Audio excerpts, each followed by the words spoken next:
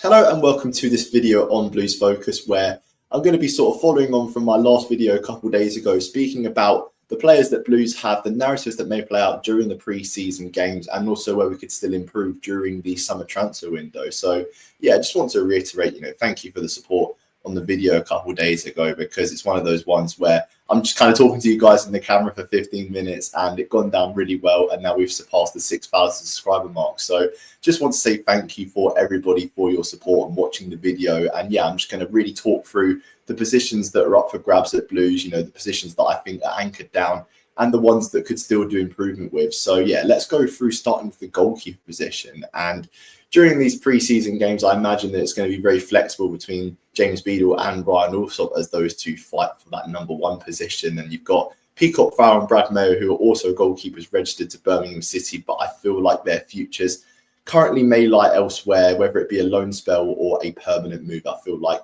that number one position is really between Beadle and Alsop, and whoever doesn't start as the number one will be that goalkeeper on the bench. So yeah, I reckon in that position it's pretty settled as to who's going to be competing for the number one position and who may have their futures elsewhere. And for the left back position, I've got listed here Alex Cochrane, obviously, as the number one left back for us going into this season. And he was Mr. Phenomenal, wasn't he, last season? Mr. Consistent, certainly, with his performances, very rarely dropping below a 7 out of 10. And I feel like he's someone that could go up another level, even though he showed such promise last season. I feel like we're not in a position to replace Cochrane because he done so well for us last season, played so many games as well. I think out of all the players of Blues last season, the amount of games that we had, he's probably right up there with the person that played the most games. And I mean, deputising for Cochrane here listed is Lee Buchanan, but obviously we know about Buchanan's injury situation, the unfortunate injury that he suffered against Blackpool earlier on last season. And it was a real setback, wasn't it? Because he'd just come back from a lengthy injury,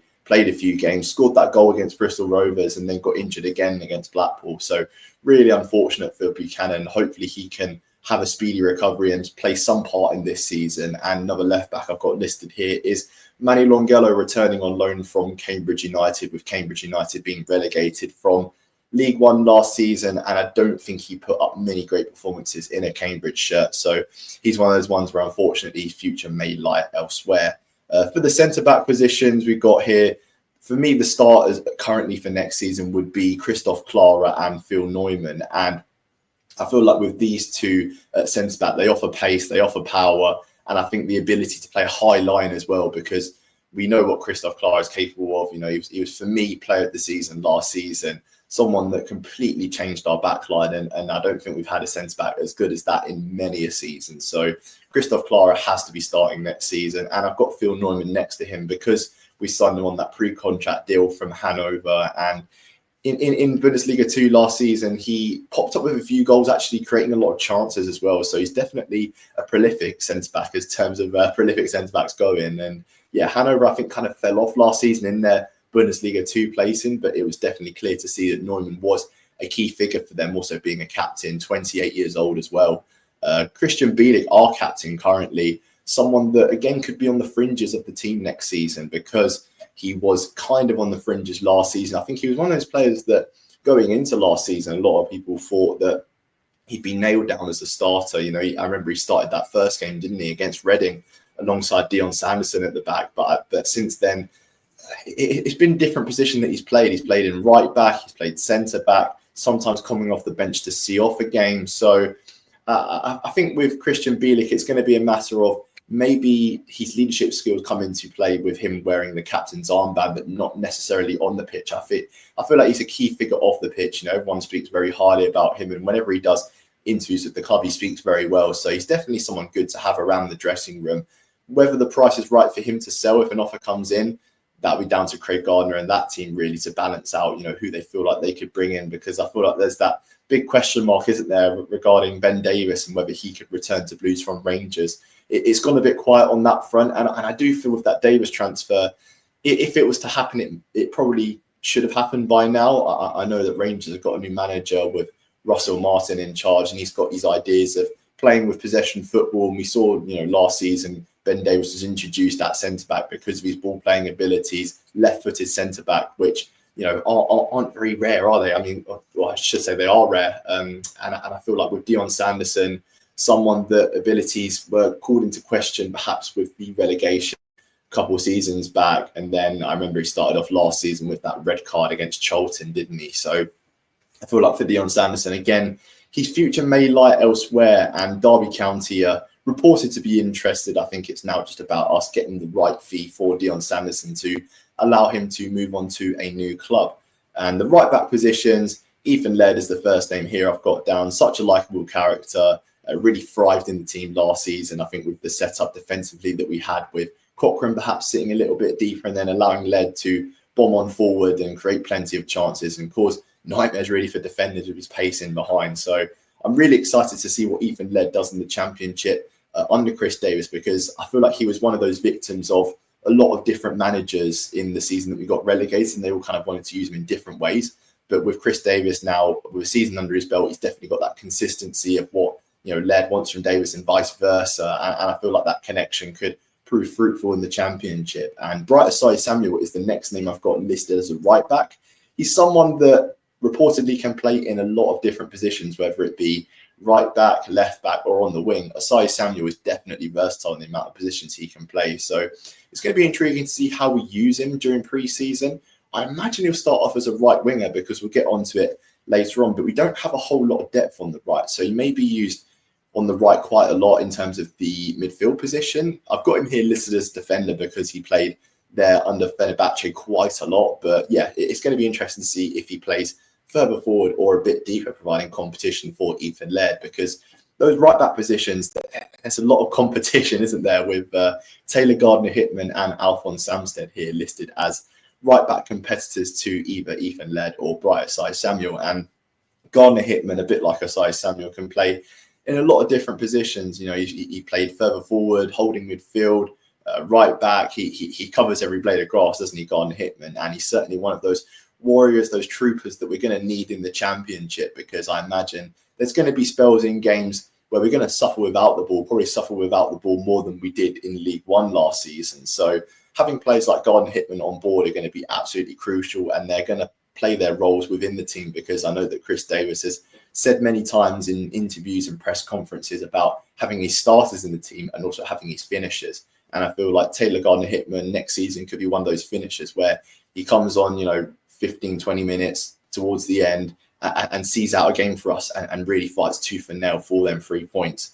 And Alphonse Samsted, obviously he's signed permanently now because of that clause triggered in his contract transferring from FC Twente, and it was quite a funny clause. I think it was, we made the transfer permanent if we stayed up in League One. And obviously we did stay up when I won the title, and Samsted is now officially a Birmingham City player, but I feel like he is going to struggle a bit for minutes next season. Someone, again, that's a great character. It was a fantastic moment when he scored against Burton. You can see the fans in the away end were thrilled that Samsted managed to grab himself a goal, but I do feel like he may struggle for game time next season. It could be maybe a loan spell in January. But moving on to the centre defensive midfield position, obviously that 4-2-3-1 shape that we play, there's two sitting in the midfield, and Paik and Iwata were the dream team last season in that holding midfield position. They really locked it down for us. Their chemistry was unreal. You had Iwata, who was capable of shooting from distance and pulling a rabbit out the hat like he did against Newcastle, against Rotherham, against Bolton. The list goes on with how many banging goals he scored last season.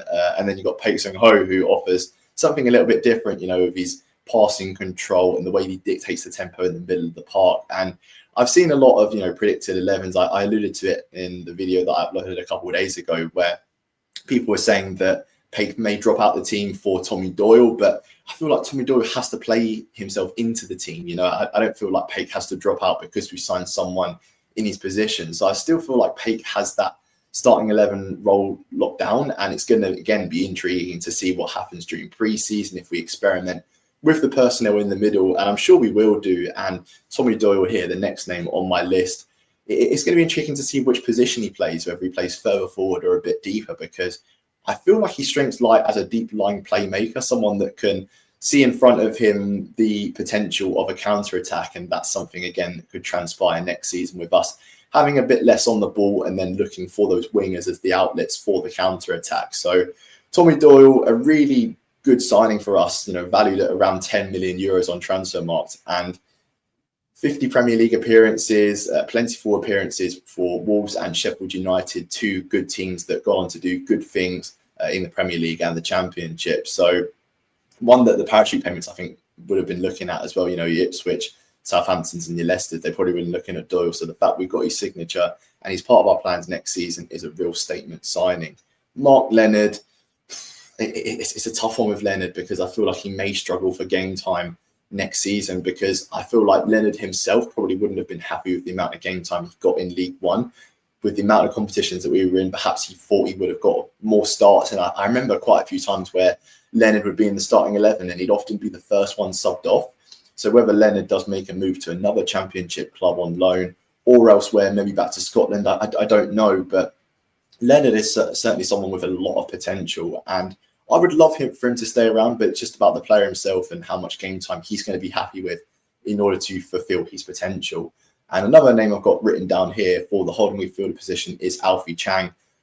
He struggled a lot with injuries, didn't he, last season, coming back from that, and then he went out on loan to League Two Walsall, and Walsall did like Alfie Chang. I mean, what happens with Chang is going to be intriguing, with Walsall interested, and what happens during pre-season.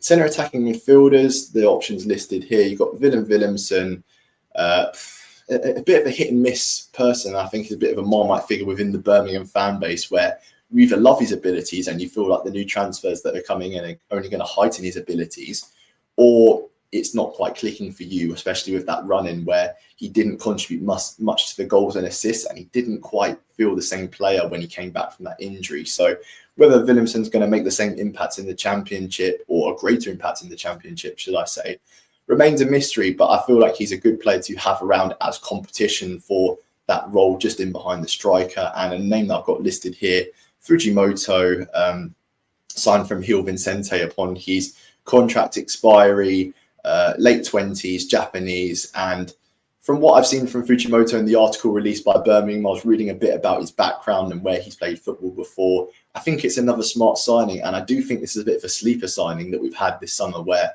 I feel like a lot of people won't list him as one of the top transfers, but I really believe this guy's going to make an impact. I don't know why, I just kind of had this gut feeling that he's going to do very well for us. And another name I've got listed here is Tyler Roberts, but again, I feel like his future may lie elsewhere. Didn't do a whole lot at Northampton, although I did speak to the guys at All Cobblers to me last season towards the back end of the season for that match preview show, and they did say they saw glimpses of potential from Roberts, but if he's not performing at the top level at Northampton, I don't think it's going to work for him at a Championship Birmingham City. Right mid, Scott Wright, that's what I've got listed here. The only name I've really got listed here, because other players that could play on the right can also play in different positions, and I've got them listed in their primary position. So Scott Wright is down here as someone coming back from an injury again. Like, he had that injury against Reading, didn't he? Where I think it was Lyndon Dykes that got injured in the same game because of the surface being pretty dodgy. And Scott Wright, he scored that fantastic goal against Wigan, didn't he? That produced the limbs. And I feel like that was one of those real key moments of the season, wasn't it? Where Wigan, I remember in that game, were doing a load of time wasting, and then Scott Wright turns up, right place, right time, no pun intended, and scored the winner for us on that day. And Scott Wright is someone that has played in the Europa League final for Rangers not too long ago, and someone that I feel like could make an impact in the Championship. I do have a bit of a soft spot for Scott Wright. I'm not too sure why, but I kind of put him in the same camp as Taylor Gardner-Hickman, where you know that they're going to put themselves about, put a shift in, and that's why I'd say to keep him around for next season, as I do feel like there is somewhere that he can make an impact in. And for the striker positions, well, actually, we're starting with the left midfielder positions, because I've seen here Damari Gray screams out on the page, the returning guy, 9.5 years away from Birmingham, and now he is back in a Birmingham City shirt. Whether he starts straight away in the starting 11 or not, I'm not too sure, because we've got Keshi Anderson here, and I feel like it's important for Blues fans to remember the guys that got us up to the Championship, that got the 111 points, that got to the Virtue Trophy final, and staying somewhat loyal to them, because I know that there's that cliche saying, isn't there, of strengthening whilst you're on top. But with Keshi Anderson, he really, for me, exceeded expectations last season, and going to be one of those players that, can he replicate his League One form in the Championship, or is League One his level? Time will tell, because Keshi Anderson, when we first signed him, when John Eustace was manager, I remember being at the Millwall game at home, rake your mind back to that, where Gary Rowett was the Millwall manager and John Eustace was the Blues manager, where I feel like on that day he really put himself about, and I feel like Keshi Anderson could really be integral to A, counter-attacking football, and B, keeping our shape outside of the ball, because he's someone that has a lot of work ethic, great work rate. So Damari Gray and Keshi Anderson, who starts on the left, we'll see in pre-season.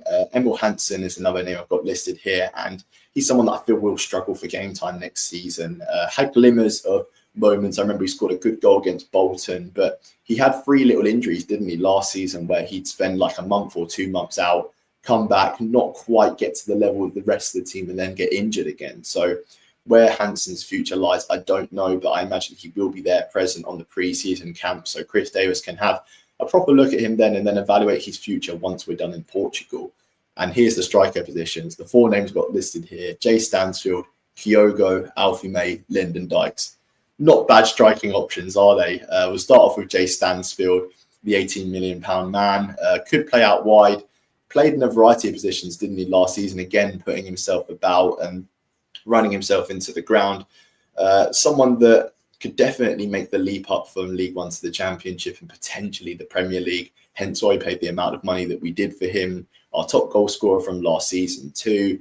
Whether him and Kyogo can coexist, well, it's a bit like last season, isn't it? A narrative where can Stansfield and Alfie May exist? And I think we found the answer to that was a pretty resounding yes. So yeah, Kyogo, the next option up. And for me, he has to go straight into the starting 11. Someone with that much pedigree, 30 years old. I feel like, I don't want to jinx it like I did in the last video, but by saying that he's guaranteed goals, but I do feel like Kyogo is a real statement signing for us in the Championship, and he will get goals for us. Right place, right time as a striker. 85 goals for Celtic. The statistics really speak for themselves. Alfie May here. I'm delighted that Alfie May is getting a chance in the Championship, because his story is one that, it's brilliant to see that he's worked his way up from, working as like a builder on a construction site to then making the leap to professional football round about his early 20s, and then climbing up the leagues to now get to the Championship, only one step away from the Premier League. So I'd love to see Alfie May get a few chances. I'm sure he will. I'm sure he's someone that will start for us in the cup competitions. So like Sheffield United at home in the first round of the Carabao Cup, I imagine he will start that game.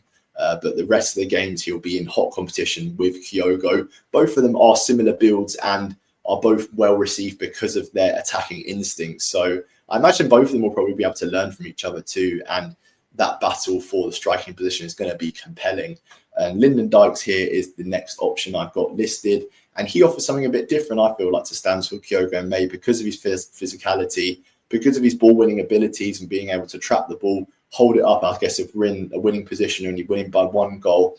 He's a great option to bring off the bench to be able to see off the game and goes into one of those finisher sections, as I said earlier. Someone with international experience with Scotland as well. Scored some pretty good, big goals for us last season as well. You think back to that header he scored away at Wrexham, the goal that he scored against Bradford in the semi-final of the Virtue Trophy, and that stunner he got against Lincoln. So I feel like Dykes has got potential in the team. The amount of minutes he gets, I'm not too sure. But in terms of potential transfers that we could make from now until the end of the window, I mean, we've already had a brilliant transfer window, but we could do maybe with another 3 or 4 more transfers. And I'm sure the recruitment team are looking at all different possibilities as to where they could strengthen. And they'll probably learn more about the team when they get back from the pre-season camp in Portugal. And I've got listed down here, maybe left back cover for Cochrane, because we don't know how long Buchanan's out for, and Longelo is probably going to go out of the door. A right wing option, because the only out and out right midfielder that I've got listed here is Scott Wright. So maybe we could do a strengthening there. And Ben Davis, I've just got listed here. I'd love to see him back in a blue shirt, because it looks like Sanderson is going, and to go into the season with 4 centre backs would be great for us. So yeah, I've got them 4 listed here. And any other options you guys can think of as to where we could recruit next season, please leave your comments in the comment section down below. How many transfers are we going to make? Is there anybody that's caught your eye that's available in the market? Let us know in the comment section down below. And thank you for watching this video. Looking forward now to the start of pre-season, and Tommy is going to be releasing some videos in the near future as he is out in Portugal watching those games. So like, share, comment and subscribe, and most importantly, keep right up.